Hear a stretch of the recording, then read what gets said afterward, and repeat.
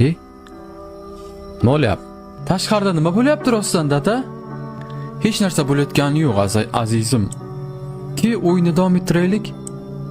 Bu tovush nimaniki?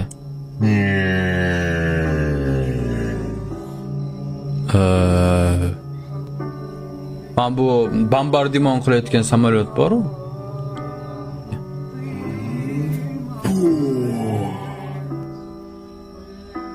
Bomban tovushi. Nima uchun yosh bola bunaqa ma'lumotlar bilish kerak? Yosh bola bo'lsa agar. Azizim, meni eshit. Agarda sen ushbu tovushni eshitsang, bombalarni va bombardimon samolyotlarni qo'rqmagin, xo'pmi? Agarda bu tovushlarni eshitsang, sen kulishing kerak. Mana shunaqa qil, xo'pmi? Nima uchun? Xo'p, mayli dada. Yaxshi qizalog'im.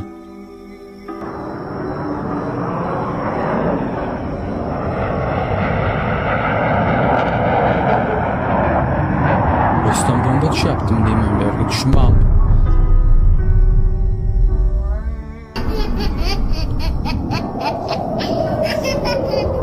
Men o'zim boshqacha his qilib boshlagan ekan, bolalar olmagandi.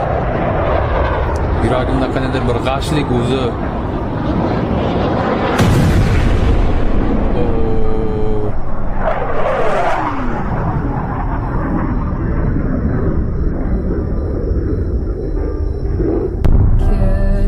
في طيارة ولا هي قذيفي؟ قذيفي؟ احنا قصة دي بضحك طلعت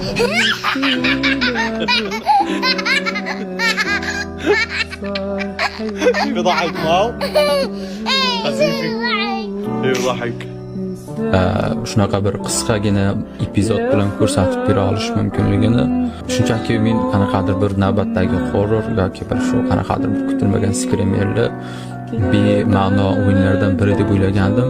Aslida juda tubdan adashgan ekanman.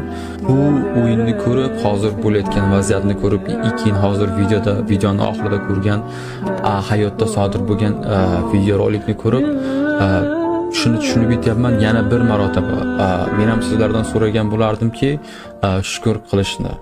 Mamlakatimiz tinch, yurtimiz tinch, hech qanaqa urushimiz yo'q.